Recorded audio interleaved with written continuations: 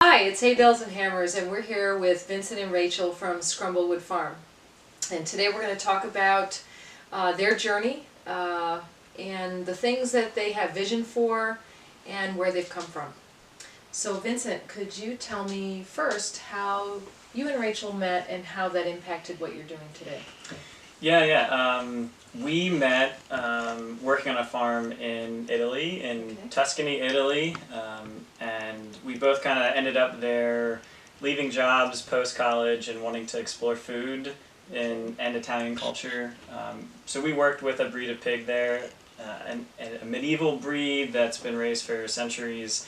And they are raised in the mostly oak and chestnut forest, so we kind of wanted to emulate a piece of that. And we also apprenticed with a butcher there who produces a range of traditional Tuscan salumi or cured pork products from those pigs on the farm. So we work directly with the livestock management side as well as the butcher and the production side, the transformation side as they call it. So we're interested in taking some of the mixed hardwood forests that we find here and raising heritage American breeds in those woods and trying to figure out how we can create a similar diet, but also that's, I guess, built around this native landscape. Not try to recreate everything, but take what we have here and use what we learned. Have you found this journey that you're on with pigs in this environment unique to this area? Is it fairly unique where you can make an impact on the way pigs are raised here?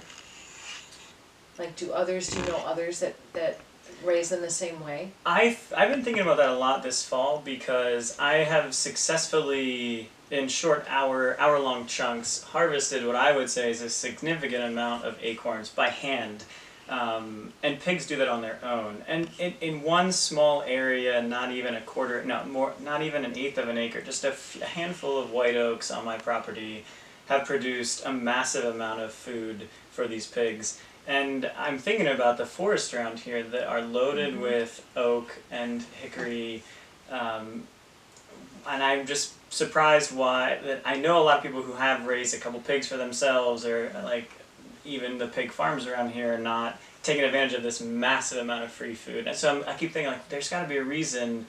I was finding that many acorns that I would pick up had a little hole and a worm had eaten the acorn, at least last year as I was going out looking, but I wasn't spending very much time. This year I really did a dedicated approach, returning to one site day after day for several weeks through the fall, and what I found was they were beautiful acorns who were intact. They would have, the flesh was amazing. Whose meat was still there.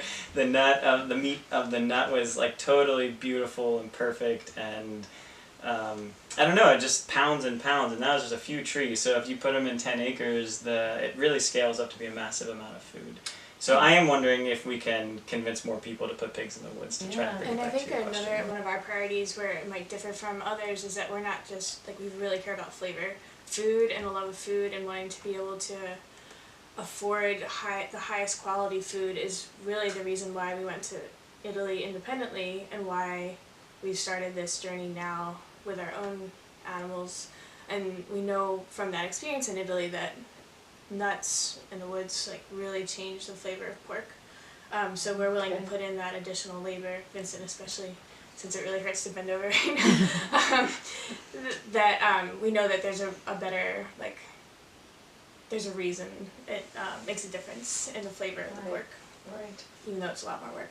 And we'll have to confirm this, but what we learned was that the mono and polyunsaturated fats in the acorns and chestnuts in the woods in Italy affected the amount of fatty acid and the kinds of fatty acids in the fat of the pigs. So as to have a health benefit potentially for us, also a flavor difference, and a difference in the culinary experience of when you're eating the prosciutto of that ham. The prosciutto is just what they call the ham, and the fat is the best part, or it's equally good to the meat. So you get this nice thin slice, and there's a massive amount of fat, and it's absolutely delicious. Wonderful. I'm going to be looking forward to having some of that.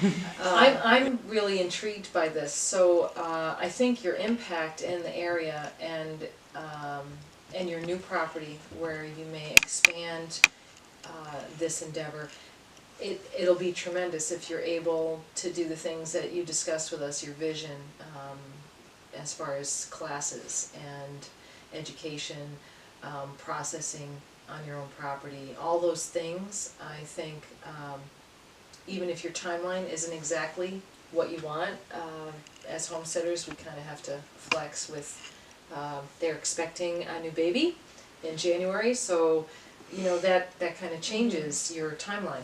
Can you tell us a little bit more about just a list of even the other animals that you've tried or that you have now? We have, start with the biggest. We have a horse that we rescued from the slaughterhouse. Jersey heifer who we're currently trying to breed. So we have some Shetland sheep, 2 Shetland sheep, and 4 Icelandic sheep, including a ram and a ewe. We have some goats, and we used to have more goats, and then realized that goats were not. The personality that our sheep have compensates for. We found that that's more our style than the goats. The goats are really fun, but a little too troublesome. So we just have 1 pet goat now. And then we have some heritage poultry, different kinds of chickens and geese and turkeys and guinea fowl and ducks. And 2 livestock guardian dogs to keep all of them safe, as well as 2 breeds of pigs. We used to have Mulefoots, which are one of the most rare American heritage breeds. And now we have American guinea hogs as well, who we find a little bit easier to manage on our sort of homesteading scale. And then we have the cats, which are mostly. Would it be okay for anyone to visit scrumblewood2.com to see your journey and hear more about what you're doing and as you progress? Sure. Thanks so much for your time today, and would it be okay to come out and see you again? Yeah, absolutely. We'll do like a follow-up. We hope that you do, yeah, for sure. All right, great. Thanks so much, and subscribe below. See you later.